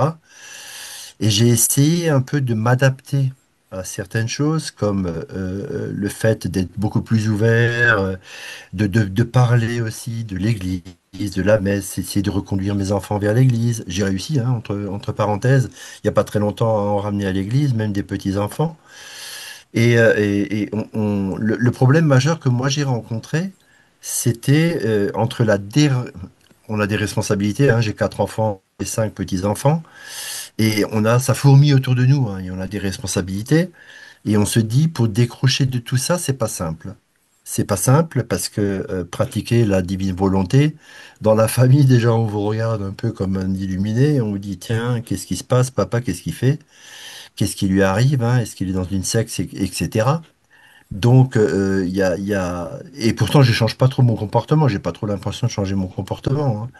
Mais j'essaye de prendre sur moi, d'être plus attentif, de discuter, d'être plus ouvert, et puis de parler de Dieu, de Jésus, de parler des 24 heures de la Passion, d'essayer de les remotiver un peu dans ce sens-là, puisqu'on est dans une période qui est très compliquée, et je pense que dans les mois à venir, ce sera encore plus compliqué. Mais j'ai quand même ressenti une petite ouverture. ouais, Quand les gens se retrouvent dos au mur, ou même les jeunes, hein, qui ont souvent tendance à dire, oh, moi je joue, je vis au jour le jour, et puis de toute façon, qu'est-ce que tu veux y faire? Qu'est-ce que tu veux faire? On peut rien y faire, etc. Donc j'essaie quand même un peu déjà de mon côté avec mes enfants et mes petits-enfants de les raisonner un peu et de leur dire, il faut bien vous accrocher à quelque chose parce qu'en fin de compte, ils croient à plus rien. Et ce en quoi ils croient, c'est ben, la technologie, l'IA, l'intelligence artificielle, TikTok, les voyages, partir, profiter de la vie. Et donc, j'ai essayé de discuter un peu avec l'un et l'autre, même au niveau des jeunes, et j'ai quand même senti un petit intérêt, c'est-à-dire une petite ouverture, parce que j'avais l'impression que malgré tout ça, il y avait quelque chose qui manquait. Alors, est-ce que ce quelque chose, c'est la foi? Est-ce que c'est s'accrocher à quelqu'un, à quelque chose qui est capable de les aider, de les guider? Alors, bien sûr, il y a le côté père, hein, les parents, bien sûr, oui, mais au-delà de ça, cette fameuse foi que les enfants devraient retrouver. Et il y a une petite ouverture, donc il y a de l'espoir. Il y a même pour moi, je trouve, un gros espoir, c'est que avec l'un ou avec l'autre de mes enfants, comme dit, hein, j'ai réussi à les ramener à l'église. Pourtant, ils ont eu une éducation catholique, hein, ils ont fait le catéchisme, les confirmations, etc. Mais se sont éloignés très rapidement quand ils ont pris leur chemin de vie et construit leur famille, se sont très rapidement éloignés de tout ça. Et là, j'essaye un peu de rediscuter, de les replacer, de leur dire, ben, tant que je peux vous parler, que je suis là, j'essaye de vous parler. Soyez ouverts, ne soyez pas fermés. Ouvrez-vous aussi aux autres. Aidons-nous les uns les autres. Il faut vous aimer. Cette rancune, cette haine. Et bon, j'ai parlé de beaucoup de choses. Moi, je ne vais pas m'étaler trop longtemps là. Je ne vais pas vous faire perdre trop de temps. Mais c'était juste pour dire un peu les expériences dans notre petit groupe desquelles on parle, au-delà des lectures et de tout ce qu'on peut lire sur Luisa Picaretta, qui est une personne extraordinaire, hein, donc qui est une référence. Et moi qui me touche beaucoup hein, sur les textes et autres, donc encore plus que même les textes d'évangile que je lis souvent, parce que je suis même devenu lecteur dans mon église alors que j'ai jamais lu, hein. Voilà. Donc je voulais faire une petite parenthèse encore et je vais terminer là-dessus parce que j'ai déjà trop parlé. J'ai eu une expérience assez sympathique il n'y a pas très longtemps. J'ai eu une période assez difficile où tout ce que je faisais, ça marchait pas. Alors que ce soit au niveau familial, au niveau de l'entourage, au niveau du bricolage, du tout. Il n'y a rien qui marchait. Voilà. Et à un moment donné, je me suis dit, Seigneur, merde, qu'est-ce qui se passe? Je t'entends plus, je te vois plus, je sais pas ce que tu... Bon, ça ressemble un peu à un passage de Luisa quand Dieu il dit, enfin, il dit, ouais, tu t'occupes pas de moi, fais ce que tu as à faire, et puis bon, un peu comme ça, en gros. Et je me suis dit, mince, si tu es en train de me laisser tomber, là, je plonge dans la divine volonté, je fais tout ce que je peux, je transpire, ça me fait mal, et j'arrive à rien. Et ce qui s'est passé par la suite est quand même extraordinaire. C'est pour ça que je voulais vous le partager, hein. Et je vais terminer avec ça. Un beau jour, donc il y a un des prêtres de notre communauté des communes qui a fêté son jubilé. C'est un prêtre qui a beaucoup exercé dans l'Afrique de l'Ouest, qui a œuvré au Congo, Sénégal, en Guinée, Conakry, etc. Et donc, il a fêté son jubilé, donc là, il y a récemment, et au niveau du groupe des paroisses, donc c'est une abbaye du chef-lieu des paroisses, hein, une très très belle abbaye, hein. Et donc, on m'a demandé de lire, ce qui n'est jamais arrivé, puisque c'est pas, moi, je vais pas dans cette, c'est rare que je vais dans cette église-là, enfin dans cette abbaye. C'est le chef-lieu qui est à quelques kilomètres, puisque nous, on a nos églises ici. Bon, de temps en temps, on y va aussi quand il y a des grosses processions. Et on m'a demandé de lire. Et puis, j'ai accepté, j'ai dit oui, hein, ok. Et il m'a dit oui, mais attention, celui qui s'occupait de l'organisation du jubilé, il m'a dit, écoute, j'aimerais bien qu'on fasse un essai micro. Alors c'était quand j'étais en plein dans le marasme, hein, rien qui fonctionnait, rien qui marchait, j'en avais même ras-le-bol. Et, euh, et je vais donc à l'abbaye, je fais un test micro et tout, et il me dit, est-ce que ça te fait quelque chose de parler devant une abbaye où il y a quand même pas mal de monde? Je dis, non, non, ça va, non. Il a dit, parce que tu sais, tout le monde n'est pas... ça peut poser des problèmes de stress et autres. Je dis, non, non, pas de problème. Il y a ce fameux jour du jubilé qui arrive. Et donc, nous, les lecteurs, on devait venir à peu près une demi-heure avant pour se positionner au plus près de l'hôtel pour pouvoir accéder dès que les lectures commencent. Et donc, moi, je me mets au quatrième rang, et puis donc, les prêtres rentrent, la procession, ils rentrent donc par derrière, par l'abbaye, et d'un seul coup, à côté de moi, je regarde et je vois un cardinal. Et je me dis, tiens, un cardinal chez nous, c'est bizarre ça. Et puis, il s'avance puisqu'il était un peu de dos, donc je l'ai pas vraiment vu. Et il s'avérait que c'était le cardinal Sarah. Je pense que vous le connaissez, hein, le cardinal Oui, Sarah. oui, oui, oui, bien sûr. Aussi bien sur YouTube que Oui, voilà oui. sur le ministère qu'il a aujourd'hui, voilà. Comme par hasard, je suis passé en lecture, donc quelques minutes après le début, puisque j'ai lu en première lecture, ce qui n'est jamais arrivé, hein. Je lisais souvent en deuxième, et je me suis retrouvé à 2 mètres à côté du cardinal Sarah, qui est une personne, je vais pas le cacher, que j'aime beaucoup, hein, que j'ai beaucoup écouté, et qui était un des favoris d'ailleurs dans l'élection de la papauté. Et je me suis retrouvé à quelques mètres de lui. Et ça s'arrête pas là. Moi, je vais essayer d'accélérer un petit peu. Donc, la cérémonie se passe. Il a fait une homélie extraordinaire. Et puis, voilà, bon, tel qu'on le connaît, hein. Et à la fin de la procession, alors l'abbaye était pleine à craquer, hein, pleine à craquer, hein. Et pourtant, ça a été, il n'y a pas eu de publicité là-dessus, hein. Et donc, en fin de compte, il s'avère que le prêtre qui a fait fêter son jubilé avait fait ses classes dans la région où il y avait les parents du cardinal Sarah. Lui-même qui a fêté donc son jubilé, le prêtre, et le cardinal Sarah a fêté ses 80 ans, le même jour, dans cette abbaye. Incroyable. Incroyable. La procession se termine, la célébration se termine, tout le monde sort. Bon, moi j'étais tout devant, il fallait attendre que le monde se vide. Et en sortant, je me dis, bon, je vais attendre un petit peu parce qu'il y avait vraiment beaucoup de monde. Sur qui je tombe pas? Bah, sur le cardinal Sarah.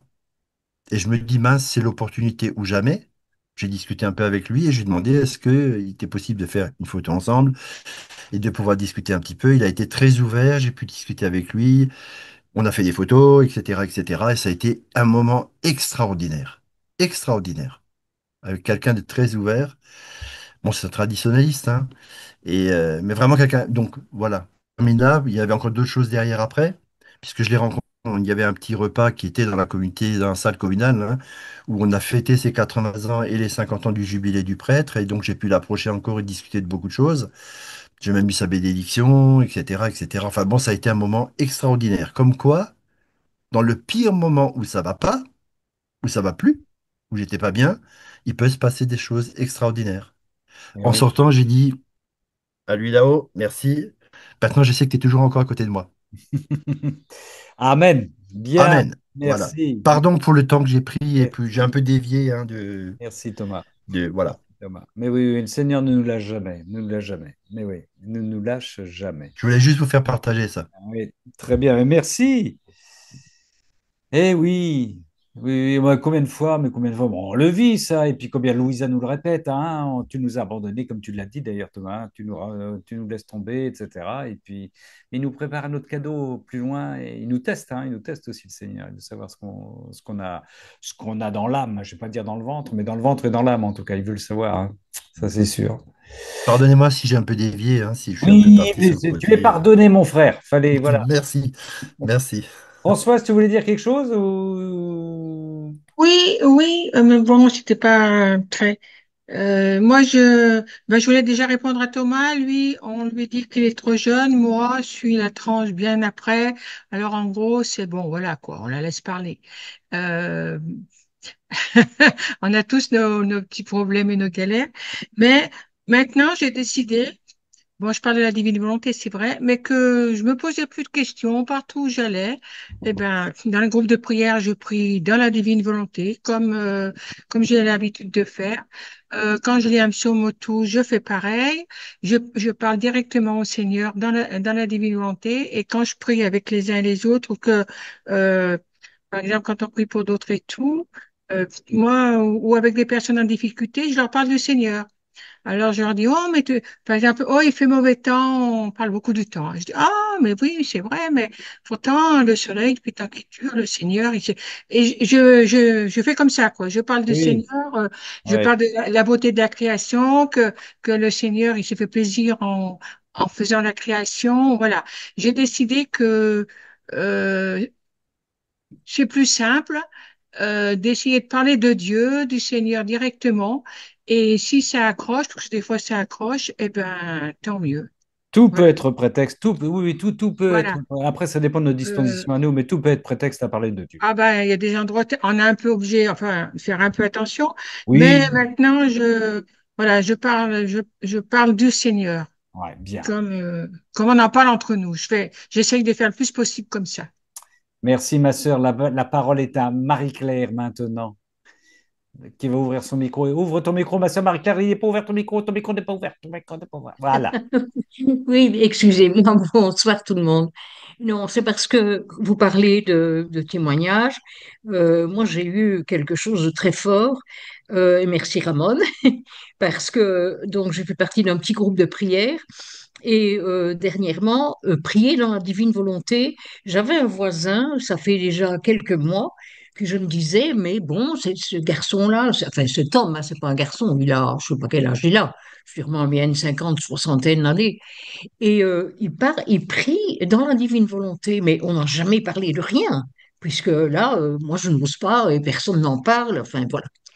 Et puis, le dernier groupe de prière, il y a une semaine d'ici, il me dit, toi, Marie-Claire, euh, je peux poser une question, oui. Est-ce que tu es dans la divine volonté? Ben, je dis oui. Ah ben moi aussi je commence. Et c'est grâce à toi, parce que j'ai entendu la vidéo, j'ai entendu le cénacle de Ramon où tu parlais et où tu témoignais. Ah ben je dis ça alors, mais vous voyez, sans parler de rien, et Ouais. j'ai trouvé ça extraordinaire parce qu'il a vu sur, mais il fait des recherches évidemment, il va voir sur tous la Fiat, etc. Hein, il est, comment je vais dire, moi, il est en recherche de la divine volonté, hein, donc, mais il a entendu et alors, sans parler de rien, on prie quand même dans la divine volonté. Eh ouais. Oui, voilà, c'est une manière de prier quand même, quoi. Ben oui, Et mais qui peut, voilà, qui peut, des petites surprises même sympathiques. si, Ben oui, oui, oui, oui. Bon, tu me dois 550 €, hein. oui, oui, oui, mais en tout cas, moi, j'étais très contente parce que je Ouais, dis, ben, c'est ben oui, extraordinaire, le ben monde oui, est petit, le c'est une monde est joie, c'est une petit, joie, voilà. c'est une joie. Ben oui, Mais bien sûr. grâce au Cénacle, Mais quand même, oui, ben oui, grâce, oui, ben oui, les mais Cénacles sont ton fameux témoignage, hein, mais oui, voilà. mais bien sûr, du monde, voilà. Mais oui, c'est sûr. Merci, ma sœur, pour cette joie partagée, cette fioretti partagée. Merci infiniment. Puis alors, Thomas nous a envoyé la photo de Cardinal Sarah avec Thomas ou de la photo de Thomas avec le Cardinal Sarah. Vous choisirez. Voilà. Bon, sœurs et frères, écoutez, mercredi prochain, on se retrouve pour ceux qui le veulent, hein, pour un cénacle prière, cénacle lecture mercredi prochain, 20 h. Et puis non, la semaine, le vendredi suivant, je ne sais pas, Chantal, qui devait être au Québec et peut-être nous proposer quelque chose du Québec, ça va être court, là, ma sœur, hein, ça va être très court, hein, pour nous proposer quelque chose. Ah, Oui, ouais. Donc, il vaut mieux que il ce vaut sera un cénacle vacances. un cénacle. Voilà. Donc, je ne sais pas sur quoi le Seigneur va me lancer, mais on verra ça pour la semaine prochaine. On va lui demander au Moi, Seigneur de... Ramon, excuse-moi, je sais pas si ça vient de mon ordi ou de toi, mais il y a des moments, il y a des baisses de son quand tu parles. Ah bon? J'avais pas senti ça. Il y a des moments, je t'entends presque pas. Ah ben apparemment non, non, enfin non, enfin je sais pas, je vais vérifier ça je vais vérifier ça ma sœur, dans Pendant que l'enregistrement. tu donnais ton enseignement, non, mais après. Ah oui, d'accord. Moi, ça a été. Pourtant, Bon, des fois, j'ai du souci, mais là, ça a été. on va Je n'ai vérifier rien, ma sœur. je n'ai rien remarqué, moi non plus. Psaume 104, rendez grâce au Seigneur, proclamez son nom, annoncez parmi les peuples ses hauts faits, ce que nous faisons, frères et sœurs, chantez, jouez pour lui, redites sans fin ses merveilles. Mais oui, c'est ce que nous faisons avec la grâce du Seigneur voilà, dans ces cénacles et dans nos vies, et dans nos vies. Euh, le plus simple, frères et sœurs aussi, à partir de tout ce qui a été dit, c'est bien de cogiter, c'est bien de penser, c'est ce que nous faisons, c'est d'être très simple, hein, c'est de dire dans le quotidien, Seigneur, viens vivre en moi et fais ce que tu as à faire en moi, fais ton œuvre en moi, et les autres, après, enfin voilà, après on peut avoir des objectifs par rapport à notre entourage, etc. Mais surtout, c'est viens vivre en moi et après, le Seigneur, il s'occupe du reste et notamment dans la manière dont il va toucher notre entourage. Ça, c'est important. Il gère tout, confiance totale. Que le Seigneur Tout-Puissant, miséricordieux, plein d'amour, plein de tendresse, qui aime ces prophètes que vous êtes, que nous sommes, viennent nous bénir au nom du Père et du Fils et du Saint-Esprit. Amen. Allons dans la paix et dans la joie du Christ. Alors, qu'est-ce qu'il nous dit Gilles? Tu n'as pas dit dans quelle abbaye c'était Thomas. Quel est le nom de l'abbaye pour Gilles? L'abbaye, c'est l'abbaye de l'abbatiale de Marmoutier. C'est dans le Bas-Rhin. Quel nom tu as dit? L'abbaye de Marmoutier, dans Marmoutier, le d'accord. Bas-Rhin. Dans le Bas-Rhin, d'accord. Voilà. Merci. Bonne soirée à toutes et à tous. Bonne soirée à tout le monde. Merci Thomas, merci pour Merci, cette Ramon. prière. Bonne Merci. soirée. Bonne soirée, bon Bonsoir voyage, ma tout le sœur. monde, Bon merci. voyage. Merci. Bonsoir tout le Merci. monde. Bonsoir tout le monde.